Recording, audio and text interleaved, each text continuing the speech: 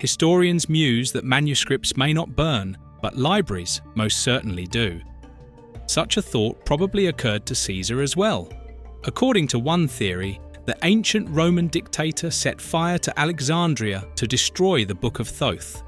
According to legend, the god of wisdom himself authored the scroll. Many believed that it was precisely thanks to this artifact that Egypt became a superpower of the ancient world. The Book of Thoth was believed to be kept in a secret room of the Library of Alexandria. The powerful ruler's position obliged him to possess a worthy collection of rare volumes. King Ptolemy I, a relative of Alexander the Great, went even further. In the 3rd century BCE, he ordered an entire city to be transformed into a library. Thus, Alexandria became the first academic city. What kind of complex was this, and what did it include? During the Greco-Roman period of Egyptian history, the Library of Alexandria was, even by global standards, a worldwide centre of science, culture, and, well, let's say, theology and religion. This was because philosophers, in fact, from Greece and Rome, travelled to the Library of Alexandria, to the so-called Museion, to study. This complex included the library itself, as well as, so to speak, lecture halls, and even recreational areas and cult structures. In short, it was a comprehensive complex.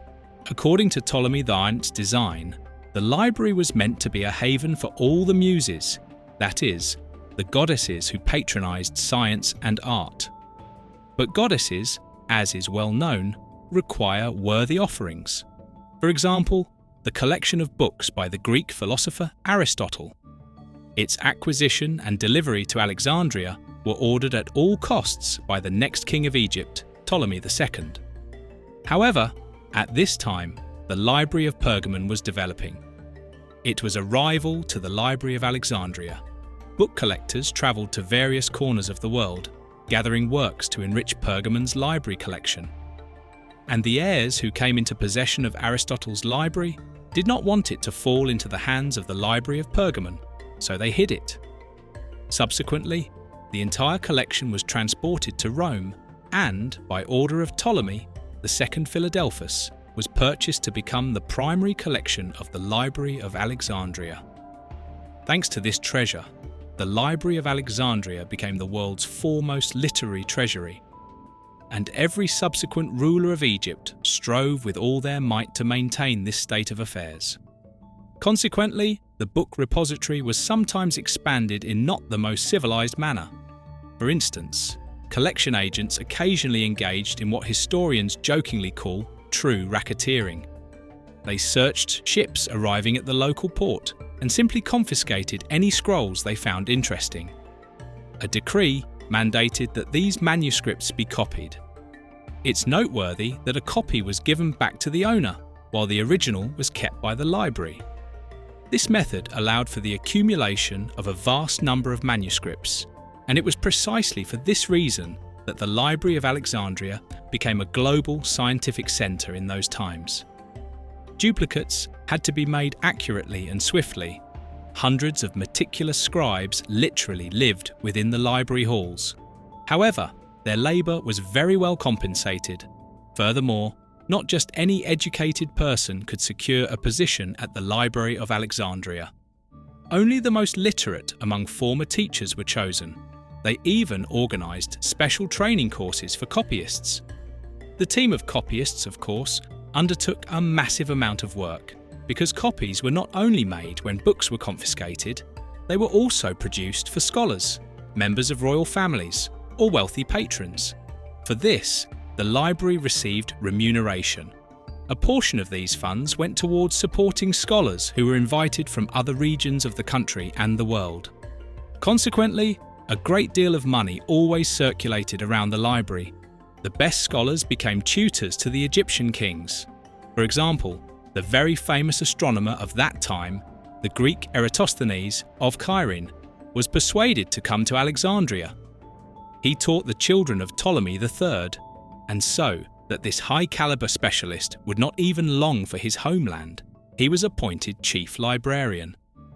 This position was considered incredibly prestigious. Furthermore, almost all chief librarians of Alexandria made their mark on history.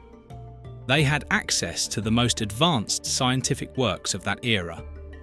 Thus, Claudius Ptolemy devised the geocentric system of the world based on these works, while Zenodotus of Ephesus created the most complete versions of the Odyssey and Iliad that have come down to us, meticulously checking each source for plagiarism. Zenodotus of Ephesus dedicated virtually his entire life to the study and standardization of poems. It was Zenodotus of Ephesus who divided Homer's poems into 24 cantos, or, as we would now call them, books, corresponding to the letters of the Ionian alphabet.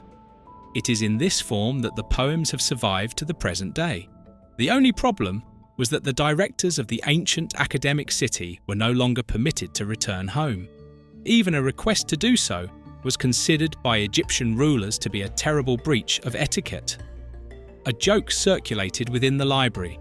The chief librarian was the main exhibit of the Museum, while the ancient Greek satirist Timon of Eleus referred to the Egyptian book repository not as a home for the muses, but as their cage. By this, he sought to imply that they were confined within the Library of Alexandria building, much like birds in a cage. The Museon was a peculiar thiasos, a religious community. The head of this thiasos was a priest, or, as he was also known, a hierophant. Scholars who were part of this religious community were supported by the state, receiving a salary and being exempt from taxes and public duties. Ultimately, however, it was precisely the concept of the library as not merely a book repository but a temple that ultimately led to the demise of the ancient world's foremost treasury of knowledge. After all, the fire caused by Caesar destroyed only a portion of its collections. The library was definitively destroyed by Roman Christian fanatics in 391 CE. They considered the Museon little more than a pagan temple and, at the instigation of Bishop Theophilus, burned it to the ground. Thus, the world lost tens of thousands of invaluable original manuscripts. Among the most valuable books stored in the library were Herodotus' Histories, Aristotle's Rhetoric, and the Chronicles of Manetho. Unfortunately, almost all of them perished in the fires. When the extent of the loss suffered by world culture became apparent, tentative discussions about recreating the library began. However, the scientific community quickly concluded that reviving the Museum was, of course, no longer possible. In the late 18th century, the British historian Edward Gibbon published a work on the significance of the book treasury and how cynically it had been destroyed. This book served as the inspiration for Egyptian politicians who, in 1986, approached UNESCO and initiated a joint project for the Bibliotheca Alexandrina, or the New Library of Alexandria. The modern Library of Alexandria was opened in 2002. This project was intended to revive the spirit of the ancient Library of Alexandria.